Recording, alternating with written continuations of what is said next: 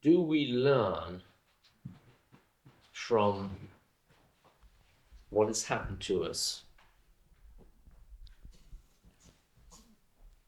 When we make our journey in life, what are the lessons we should learn? And does it make us better? Does it make us avoid the pitfalls of inexperience? Do we gain wisdom? Welcome to Characters, a show where, in the dawn of AI, we are trying to better understand the human condition. Season 3 is all about our true colours, stripping away the grey and revealing what haunts, excites us and drives our purpose. I'm Jack, and as your host, I aim to provide our guests with a safe space, aware of potential judgment, to promote vulnerability, empathy and humility. On this show, we aren't focused on who our guest is, what they've achieved or their opinion on society. We've included links in the description for that. We're instead interested in how they overcome anxiety, deal with envy, or embrace forgiveness and gratitude. I really hope you can gain and grow from what our guest has taken a leap and shared for our benefit. I think one of the lessons that is very important to learn is that life is not fair. You know, not far from here is a children's hospice I helped set up some years ago. They try to be joyous, but it's sad and joyous. You're only going to go there as a patient if you're young and the outlook is poor. Now, if life is fair, that place wouldn't need to exist. So the first lesson, life's not fair. Once you accept that, you then don't ask the question, why has this happened to me? Why has that happened to me? Why has she got this? And why has he got that and I haven't got that? Why can't we afford this but they can afford that? And acceptance of that, I think, is a very important lesson. A second lesson I've learned is about doing things. The best time to do something is yesterday. The next best time is now. What is the worst time to do something? Tomorrow. Tomorrow never comes. Oh, we'll do that later. Oh, I'm going to retire, put my feet up. Yeah, I want to paint the kitchen, do some gardening. Yeah, we're going to take it easy. Two of my friends of mine who've retired early or on the dot at 65, one person I knew very well indeed, big party for him. Over the weekend, Monday morning, heart attack and dies. The question that many people ask themselves as they get mature, old in the tooth, is what's going to happen to me when I get older? Most of them just look at one thing, the cash. Can I afford to retire? Can I afford not to retire? Well, first of all, as someone who's been married and divorced 3 times, I can't afford to retire. And with 3 kids. But let's just put that to the side for the moment.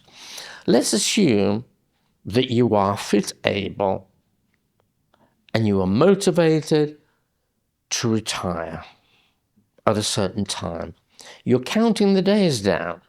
Right, I've finished, I've had enough, I'm going out. The question is, and then what? I'm going to do this, I'm going to do that. Yes, and then what? And what is the reason that you're going to be doing that? Well, it needs doing. We have a rest, we're going to have a look around. And after that, I'll tell you what happens. You lose the routine. You lose the interaction with your colleagues in terms of what you're doing.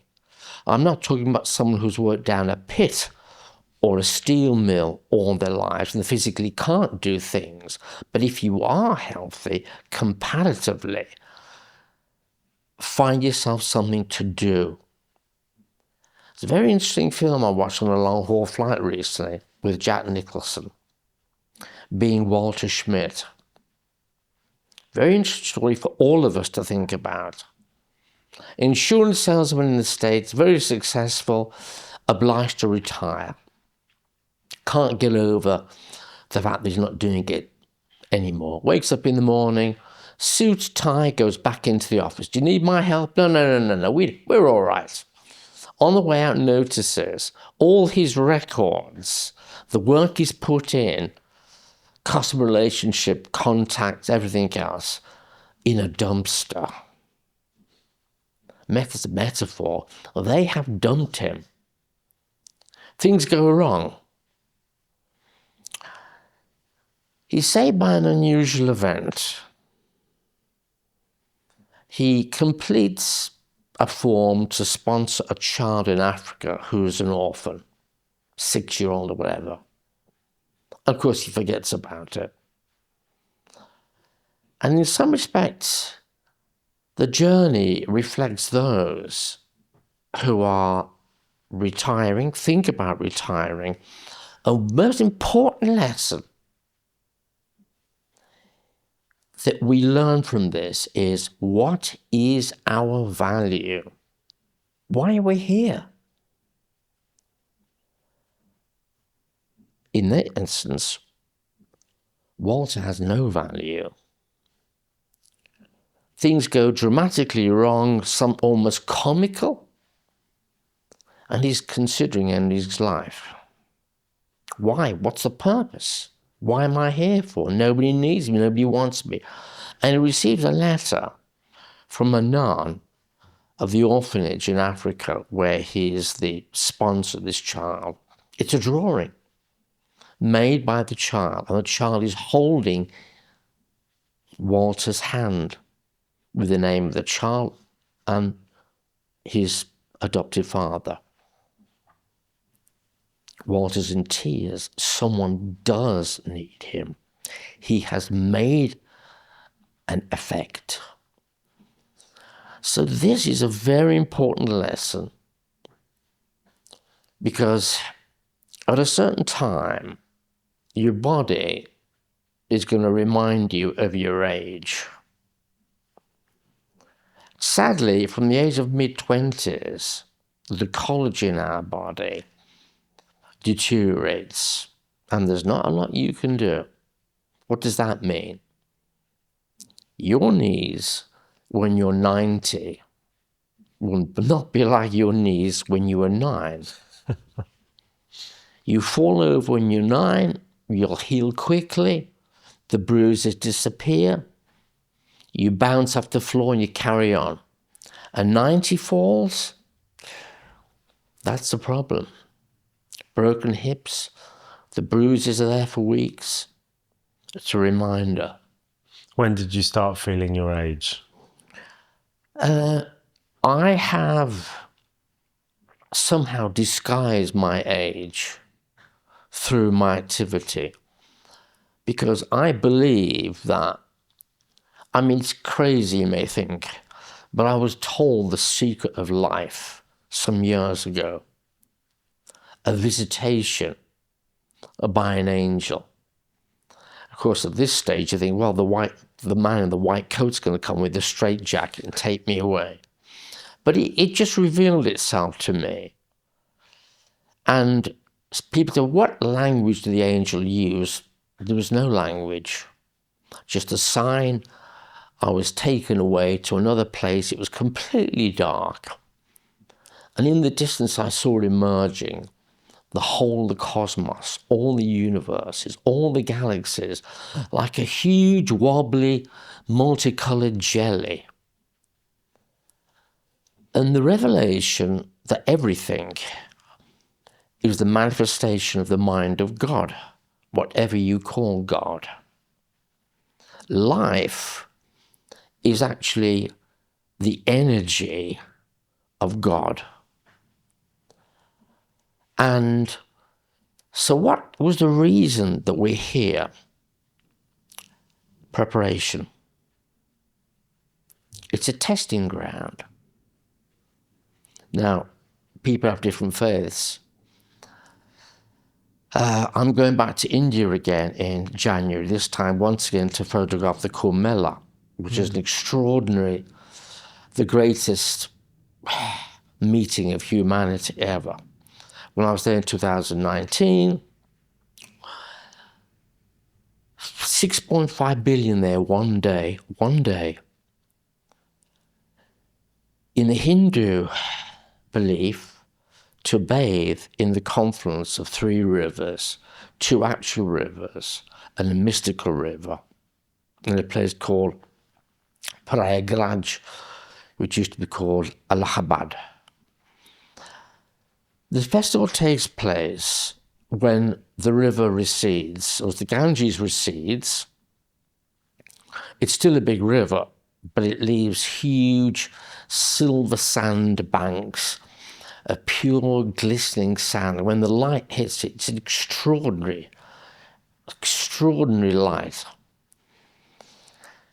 So why are people there? They are there to cleanse themselves. So who's there? Sadhus, mystics, ascetics, nagas, by their hundreds of thousands. The sort that live in a cave in the Himalayas. One person I saw, 3-meter long hair, with 2 holding the hair. No clothes, completely covered in ash. There are many like that. I'm fascinated by this manifestation of faith. And talking about death, is it always around the corner? Maybe, but just refer to India. If you go to Varanasi, as most people know it, and you see the cremations. I've seen cremations all around the world, but there is something special about that place.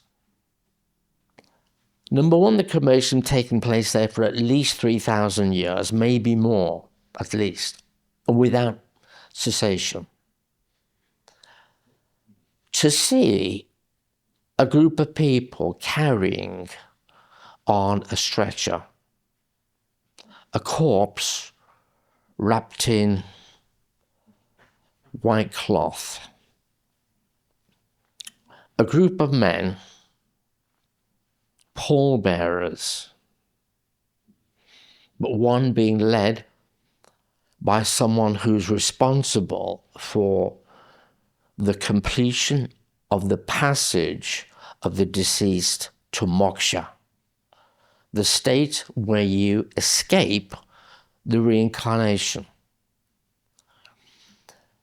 I've been there a few times, and when you look at the face of those who are leading this funeral pyre group, their eyes have an unusual fire. They're driven. They're coming to the end of an extremely important journey. If they fail, then they will have not fulfilled their obligation, their duty. Close to the burning ghats, there is a fire, the eternal fire of Shiva. I was fortunate to have access to photograph this. The idea is never gone out. Never gone out. The procession stops, and through some passages, wearing just a loincloth, he goes, an ember is placed into some branches, which burns. The corpse is taken down.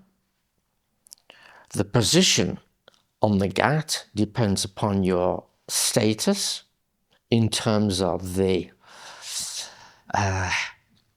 categorization, whether you are a Brahmin or whether you are Dalit, untouchable. The closer to the river, the closer your status.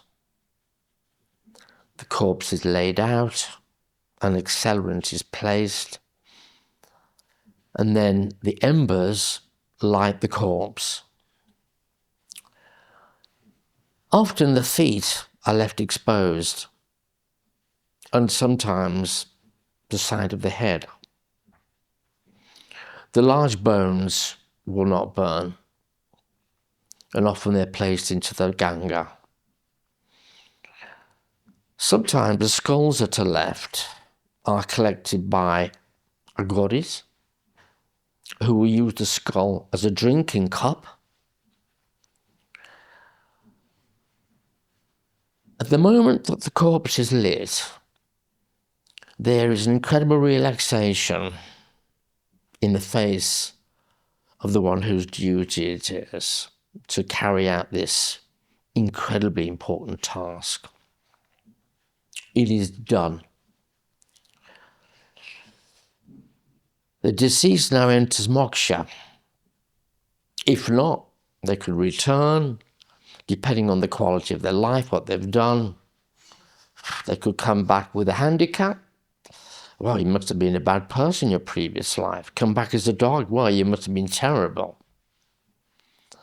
So I don't condemn any faith, but I am on a mission to photograph these incredible experiences. Are you faithful? Yeah, I mean, I was born a Catholic. I still believe in the tenets of Catholicism, but also I spent a lot of time with Buddhists. Again, the pathway of a Buddhist is fascinating. Depends where you are. I was in Myanmar last year, a fascinating country. People are too fearful to go, but when it comes to faith and the demonstration of Buddhism, it's an incredible place. You are encouraged as a boy or a girl to become a monk and a nun, respectively. Very interesting situation.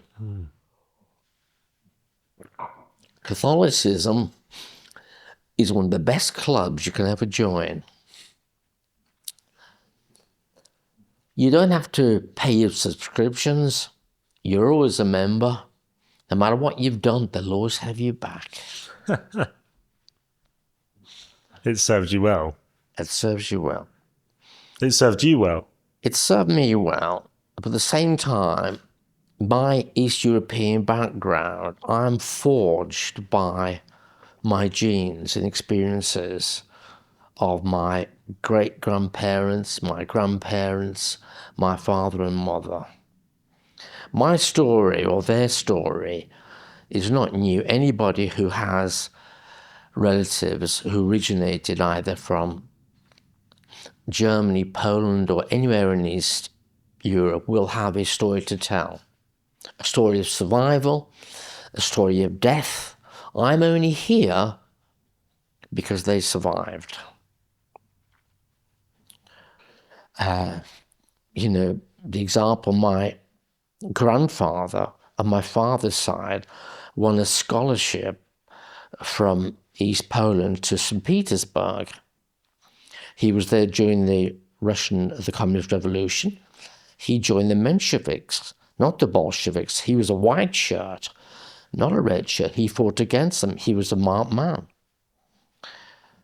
So after that was settled and he returned to Poland, when the Russians came, if you know the history, they arrested all the officers and they were executed in the forest in Katyn, but all the intellectuals, the teachers, the solicitors, including my grandfather, were taken away. My grandfather was taken to a gulag in Yakutsk. It was the road of bones, where you can't bury anybody because the soil's too hard. He died there. My father was 17. Oh, your Voyevich. Straight march him to a prison, to what is now Vilnius. Then a famous march in February march 600 kilometers to a prison in Moscow. He was a young man, he was fit. All the old and the sick men died on that journey. I don't know how long he spent there, but he was there. Eventually, when the Americans and the British got together with the Russians, they had to release him. He joined the Polish Carpathian Division. It fought in North Africa, then in Italy. And my grandmother's story is even more interesting. Having seen her husband arrested and taken away, and her eldest son, she was with her youngest son. Russians were coming towards her house. She came to the front garden. Her youngest son, my uncle, was there. They arrested her. They ran after my uncle. He hid in a chicken house, spent the war feral, and survived. My grandmother was then taken to a city they were building, Novosibirsk, which was a science maths town. She was a prison slave there. Eventually, fortunately, she was released and then found her way to India for 6 years. Met Gandhi at one stage. In fact, in January, I'm segueing from the Kumbh Mela to Kolhapur to see where she was actually spent that 5 years. It's a bit of a pilgrimage for me. So you see, this is just to my father's side. So what happened to my uncle? He was also a regional organizer for Solidarity, Solidarność, the freedom movement. So the name has been associated with those who are known that they will not become apparatchiks, those who believe in freedom. But going back to the Buddhist element, so you join in Myanmar. So why would you join? First of all, you get good education. You get housed, actually very good education. They have more or less a university. When I spoke to teenage bhikkhuni nuns, incidentally, who are all wearing these incredible pink and purple light robes. It is so feminine. It's beautiful to photograph. They have a good life. The first question I was asked when I was allowed into a nunnery, photography for me is about access, access, and access. That's it. Without that, there's nothing. And the first question asked me is, are you married? Well, my question is not at the moment. So what happens as they develop into teenagers? They see their sisters having children. They see their brothers, etc., etc. Do they want to become mothers? Do they want to marry? They're given a choice. 12 years they must do within the faith, and then they make a decision, and they can opt out. So in other places, like Bhutan, you're in for life and that's it. So wherever I go, I look for the demonstration of faith. I was in South Africa recently for work. I travel a lot for my work as a, international training manager for a medical company. And I went to see one of the largest temples outside of, London's got a huge, and not far away from here, Hare Krishna. So I went to photograph devotees, and the same as those, for example, that enter a Buddhist temple or a Hindu temple. They prostrate, they're bending, they're praying, all looking for something to confirm that there are things greater than ourselves out there which we require. Because ever since, how many years have we been around? 500,000 at least? And we've looked up the sky. Who hasn't wondered Where are we from? Why are we here? I gave you the answer earlier. One lesson I have learned in life, which I think is useful, is how you manage problems. You have a problem. Your desktop problem, your problem. It's a big, big problem. What are you seeing? You're seeing your problem. Try to shrink those words, your problem, into 1 pixel. Move them to the top left hand of the screen. What is left? The rest, the clarity. The problem hasn't disappeared. Eventually, you can erase that pixel. But it's a good way of managing what you perceive as a problem. For me, I have to assemble myself around positivity and positive people. Negativity is a spiral down.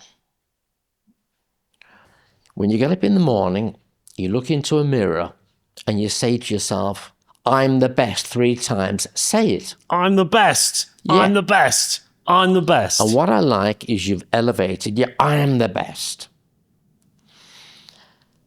Another lesson I've learned is interesting. I mean, how do you prepare yourself for the next stage of life? As a male, I have to give you a little warning about a friend you've had since you were born. This friend has been with you during your puberty, your maturity. It's essential for procreation. But what you don't know yet, this friend can be the Grim Reaper. And you don't know when that Grim Reaper will use his scythe. I'm talking about your prostate. That is the P word that kills 1 in 6 men in America, and more if you're a man of color, maybe 30%. So what does all this mean? You understand as you get on your fallibility. I've been to some crazy places around the world, close to death in a number of instances, but I'm here to tell the story. Like I say, I don't think I'll ever find the bullet with my name on it. I'm not a social media animal, but the only reason I set up an Instagram account is my kids worried about where am I in the world? What's he doing? Is he alive? Is he dead? At least post and tell us what you're doing. I have to create. Some have to write. They carve. They paint. They cut wood.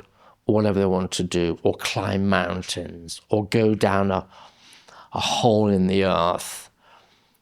I have to make images. So my mission, I am documenting a disappearing world. And it's disappearing before our eyes, and we do not really appreciate how this is changing the world that we see. I was in the Amazon about 4 years ago with a group, the Matsi group, are the Jaguar people. The women put these bamboo spikes through their cheeks and noses to mimic the jaguar, which is, of course, the only animal they fear. They all live in the Malacca one house.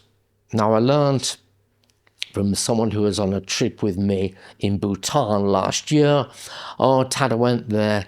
They've all moved from the Malacca to another place, a day and a half up a river, which is more or less a settlement.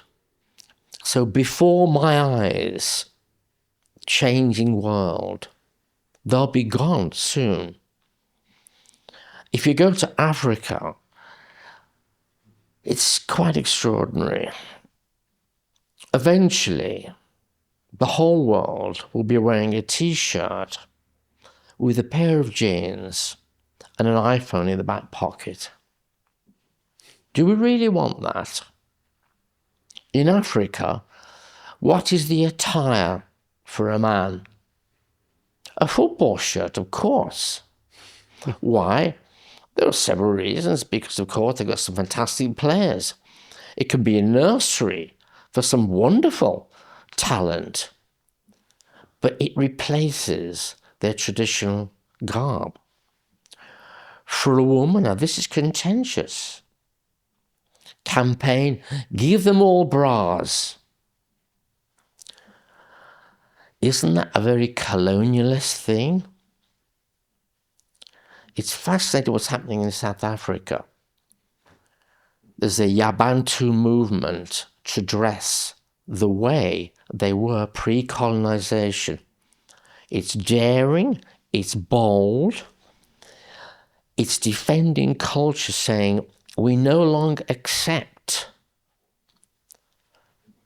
the way that you dressed us. If you've ever been to Namibia, I wish. some very interesting things there, because there is one group that is dressed in Victorian dresses with hats that look like cow heads and horns. Now, so why are they still wearing them? Well, it's an attire, it's a fashion statement, particularly by the older ones, because that's the way they were dressed by the colonial, in essence, the Dutch and the Germans that came. The decision, clothe them all, they're like cattle, dress them up in scarves. It's very colourful. I went to one of their weddings, it's extraordinary. So, do we want to live in a world where right and wrong is what you hear about and see on social media, where there is no consideration of debate, where ethics and morals are guided by a 15-year-old who's working as a censor for Facebook or Google, where the female nipple is the worst thing you can show. But show a beheading, show an execution, show death. Yeah, do that. What a crazy world. I think I'm in a unique situation because I've segued from a time where you could more or less do anything, say anything, offend anybody. But they could offend us. We were not subject to a conformity. Was it a perfect world? Of course it wasn't a perfect world. But we were allowed to think. Any questions you want to ask me? Tad, that was incredible. You obviously have an incredible amount of life experience that when you're talking about envy and following somebody else's path, I do find myself particularly envious of, because I've generally lived a life that's pretty the same each day. I haven't travelled much. So it's incredible to hear all of this. And you seem to have encapsulated it very well. I'm curious about your appetite to risk. Crazy, isn't it? I came to a position after a third marriage to give all my money away, to avoid the pitfall of any further wives coming along taking what little funds. I had to give it all away to my kids. But you're asked by an investor, what is your attitude to risk? Well, if it's money, you don't want to take any risk. But life and death, so what? I was in South Sudan fascinating place. A couple of weeks before there was a treaty between the North and the South. It's a very dangerous place. You go through and you're stopped regularly in places like Juba. Pay some money, otherwise you won't pass. I got fed up with this, said to my driver, no, keep on going. So we went through a checkpoint. Two guys with guns on the back of a motorbike chased us. Managed to get the vehicle in close to one of the secure hotels, ran into their compound. I was safe. There's risk. It was like risk when I drank something in Cameroon and had extreme acute urinary retention and nearly died. Extremely risky, yes, but would I have died? No, because I knew what to do. So risk. I tell you what's the most risky thing. Stay at home, watch daytime TV, and watch the risk in your heart. The risk, don't do anything. You could be run over by a bus tomorrow. Risk. The most riskiest thing is not to actually accept. You've got to go. Life. Actually, who said life was not risky? There's no way out. We know we're going to leave. Risk. The only thing you should be afraid of is running out of time. The imagination, release the imagination. Let it flow. People say, well, why did you just go? Isn't it dangerous? But you're going to Myanmar, you're going into the Golden Triangle. Yeah. And you've got all the conflicts there. Yeah, so what? I'm here to tell the story. That's the important thing. So, am I afraid? No. The only thing I fear is running out of time. I've got so much to do. That's why I'm 24/7, 52. Is there another way? Wow. Have you ever been depressed? I've never experienced it, but I've seen others who are depressed. What is it Churchill talked about? Black dog. A large dog comes in and sits next to him, becomes morose and depressed. I've never suffered from that. I'll tell you why. Because my ancestry, my great-grandmother, I have a photograph of her going back to about 1870. And she is sat with my grandfather, who was about 6 or 9 at the time, and my great-grandfather.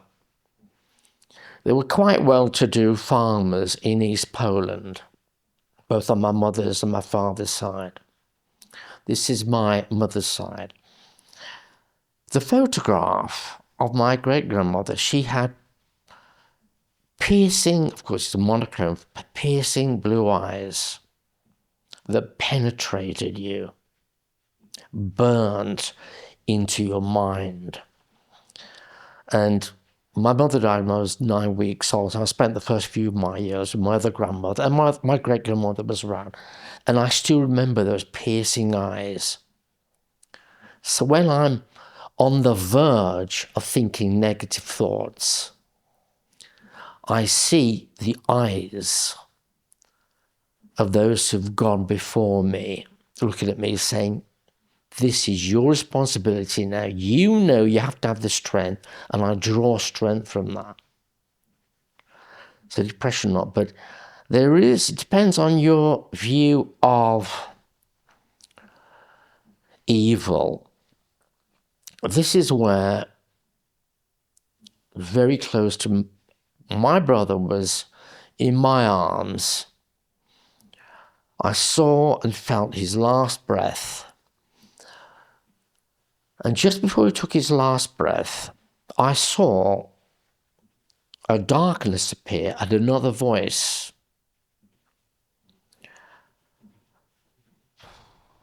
Was it my deep emotional state? Or was it reality? A voice saying, give him to me. Go with the dark or choose the light. For me, it was real. When that happens, you realize, my brother's last words to me, we had so many plans, but now it's all unimportant. Remember that. So, go out today. Just listen to some of the birds who are still around. The flowers that remain. Stop. Just look at the flowers. Smell the roses. Just spend a few seconds. You take in that scent of the rose and it's with you. Imagine that. If only life was like that. But they're there. Look at the beauty of life. Of course there are terrible things. Of course there are evil, despicable, terrible things that are done. But look at the great things that we're capable of. The art, the cherishing, the love, the music, the creativity, the science, the wonder. I spent a lot of time in galleries. I have absolutely no photographic education. All my education was looking at great art. It taught me all I need to know about composition, light, colour, expression. Look at Caravaggio, a crazy guy. Look, he had corpses that he was painting. He's the master of light, of shadow. Get up really close to a Rembrandt. Can you believe that? Or Leonardo, or a Vincent. You will see what we're capable of. So in nature, if you see a clouded sky and you're feeling down, but there is a break in the sky and the sun's there's a shaft of light, you have to focus on that, just on the blue, not on the grey. There's enough guano in life. Just feel good about that. You have 10 interactions every day and 9 of them are really crap. But one, I've actually made somebody happy today. Focus on that. Don't think, wow, I haven't had enough likes. No one's following me. Who the hell cares about likes and dislikes? Do your own thing. Be your own master. Get off the main road. Get off the beaten track. See the world others haven't seen. Write your own and tell your own story. Only you can tell your own story. Nobody else can. Tell the world what you've seen, things that you've documented, you've met. Just got to do life. So how do you do it? Well, what do you need? You need your health and you need some financial liquidity to do it. But it's strange, We must never let any incapacity, disability, or handicap inhibit our lives and our spirit.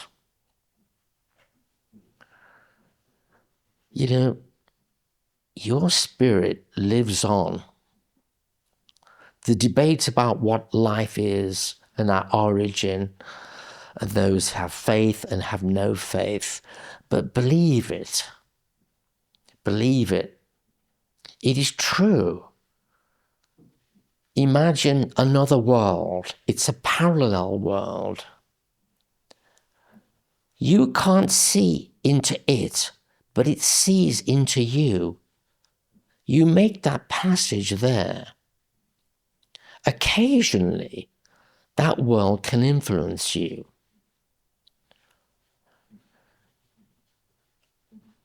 So it's about having faith in life.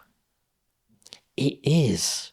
Despite all the horror, we live in a beautiful place, a garden. There are beautiful things. See the beauty, focus on the beauty, not the death and the guano that surrounds us. Home truths, they've stood me well. Where did these come from? All of these home truths. When did you realise that? Realizations, seeing life and death up close, seeing horror, seeing joy, seeing tragedy, asking the right questions, spiritual enlightenment, call it whatever. They're there, they're the foundation. I think that they go beyond just me. I think that they're embedded in my genes. I was only able to go to Chukotka because of the contacts I have in Moscow.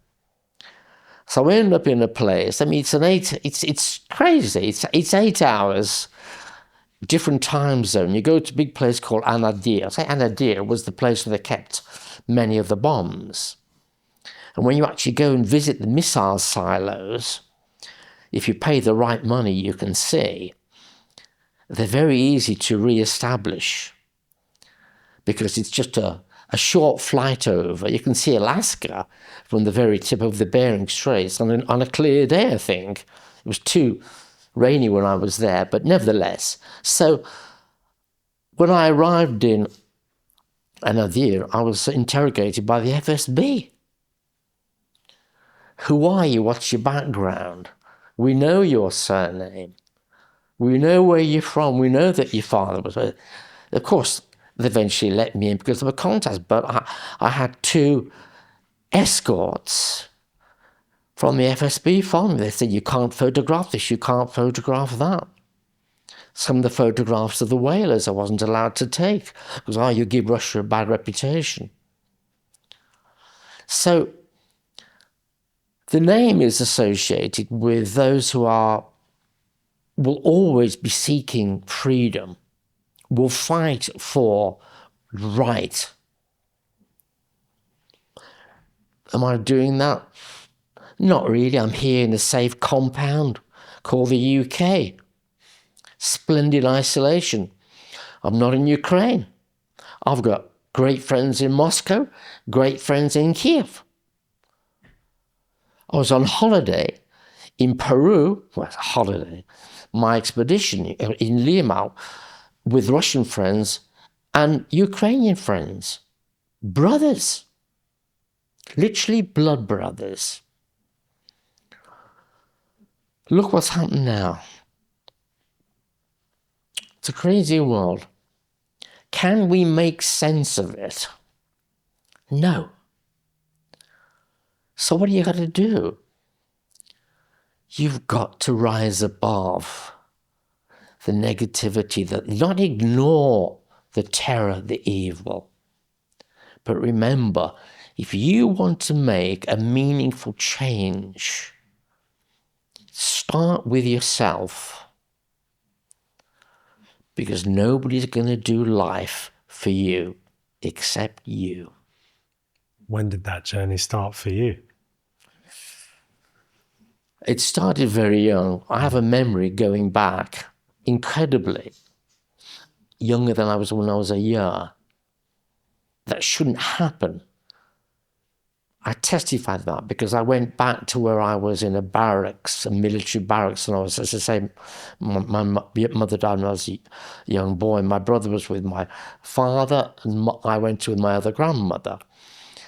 And I found this place in a remote small village in Leicestershire and knocked on a door and they said, I'm looking for a place called the Barracks. Well, you're standing on where the barrack used to be. No maps, no photograph reference. I can still remember the smell, the colour inside that. So when did that journey start? My filmic journey and photographic journey, when I started when I was at that age, and I was sat in a chair. Errol Flynn, The Adventures of Robin Hood, the first film I ever saw. I was hooked. I was hooked on film and photography. As a projectionist, I worked as a student and as a teenager in my spare time in an art house cinema. So I showed all the experimental stuff, all the, the early films, Jean Vigo, 1920s, all of the early Japanese films, the experimental, everything that was of interest to me, that, informs and creates one's view of life. So that mission has never stopped. We don't know what has fired us, but you've got to keep that fire burning. It's the zest. Never, ever lose it. It's just there. It's just there. Amazing. Do you feel you live an extraordinary or an ordinary life? Everyone tells me, oh, we love what you're doing. How do you do it? I never question it. If I question and overthink it, then I may think, well, you're being crazy. I may then start to think about risk, or you could die, or this could happen to you. I've got some scars where I fell off a truck and almost broke a leg here. I've got a scar here and there. You get are these the badges of experience? Of course they are. But no, you don't. We cannot afford to overthink life. If you do, you'll never actually achieve your goals. You'll ask too many questions.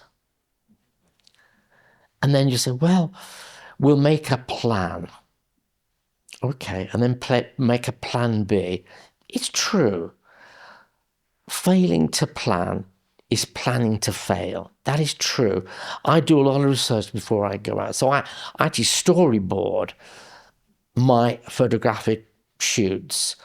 I know the places, or if I see them and I think, where's the light? Where should I be standing? Very importantly, places like, Varanasi, Banaras, because you've got a lot of people around you. So I do a lot of planning, but the best things happen when you don't expect it.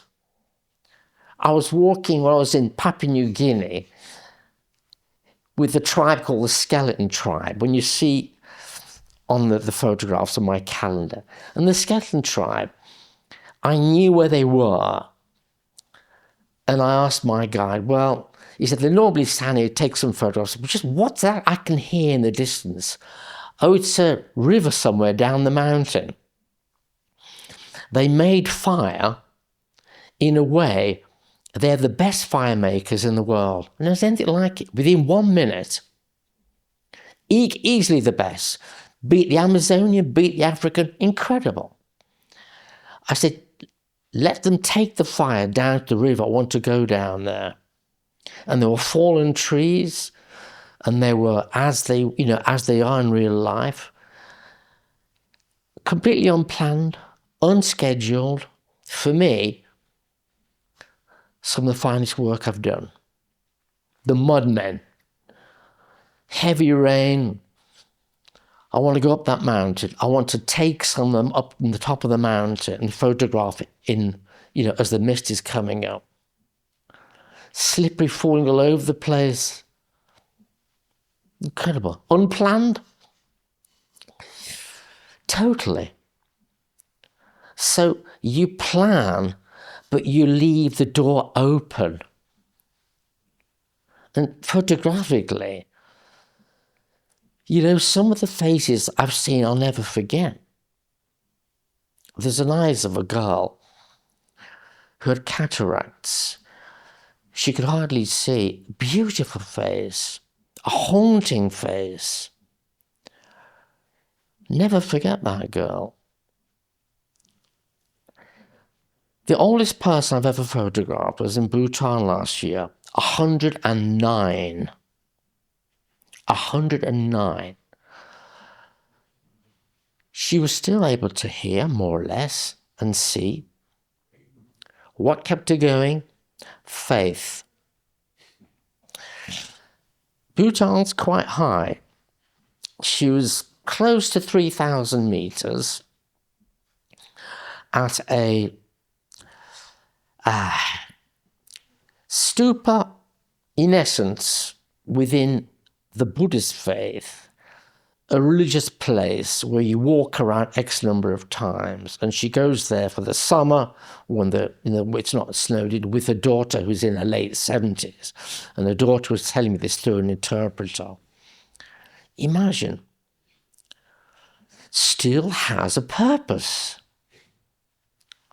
Should be dead. Still alive. We learn a lot about that. She's still going. Would you want to be in that body? She doesn't seem to be in pain. Does she look like a 19-year-old? No, she looks like a 109-year-old. But what an incredible positive influence. A stimulus to say, you think you're old, look at this. Did I know she existed? No, I saw her I had to go and approach her. It's just the way, it's there, but you have to. It's what you're motivated in. Something has to fire the drive. It's just a zest for adventure. If I saw a tree, when I was a kid, I'd climb the tree. If the tree had a huge stork's nest and was 100 foot high, I'd climb it. My uncle could be waiting at the bottom of the tree to beat me, though. But I'd still climb it. If I'm on a cliff and I see the water, I think, well, 30 meters, 10 meters happy, 20 meters, yeah, go on, do it. You've got to be careful though, because you don't know the depth of the water. This is the sea. But you do it. It was a place that when I had a house in Spain for many years, and this is a ritual to the kids. Every year I climb this cliff and dive in to prove I could still do it. And they just waited for me to surface. That's when they could breathe easily.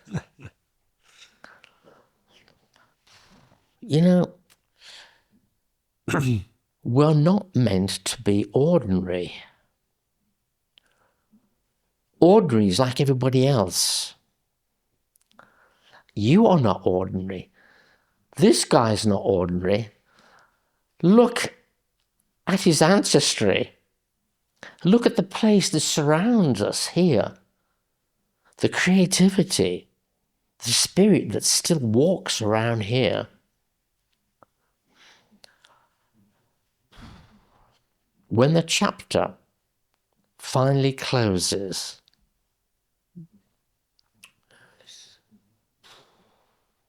Edith Piaf. Je ne regrette rien. Regret nothing. Make mistakes. I've made many, many mistakes. The older you are, the more mistakes you make. Hopefully you learn. Will I make mistakes? Every day. Fortunately, I didn't make the mistake getting here today.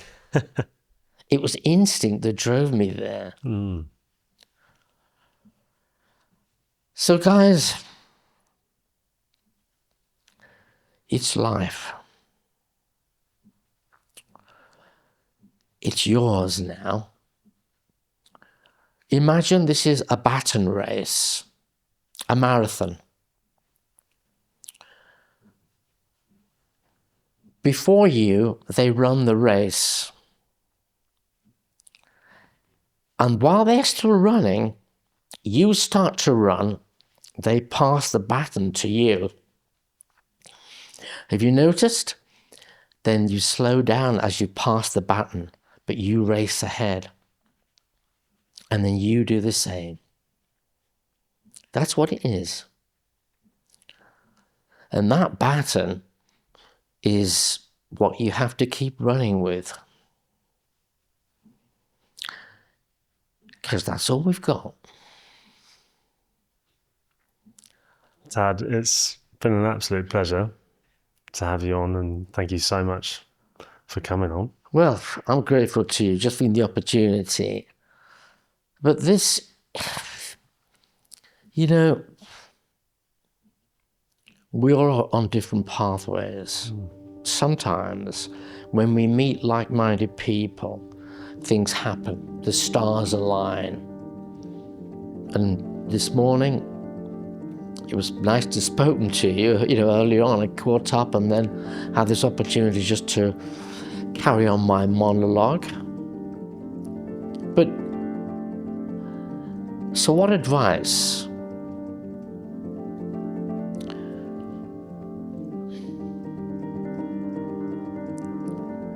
You've got to find the spirit inside yourself, haven't you? You've got to find what your dream is. It doesn't matter how ridiculous the dream is. And it's very interesting. Someone who was a Russian who was with me on this trip to PNG said to me, in lifetime I've learned, if I want something, but I didn't get it, it means I didn't want it enough as I should. If I really want it, I would get it. If I don't get to it, that means I didn't really want it. You've got to want to do life. And when you start to want, never full, you'll be hungry forever. You'll never be satiated. So much to see and do. Go out there, guys, and do it. Hear, hear. Absolutely amazing. Thank you so much. I want to shake your hand. It's a real pleasure. Real pleasure. The pleasure's mine. No. Thank you for watching Characters. I hope you were able to gain and grow from our guests' vulnerability. To discover more characters, please subscribe to support the show and allow us to share more of our true colours. Here's the latest episode, or one YouTube has picked for you. Enjoy.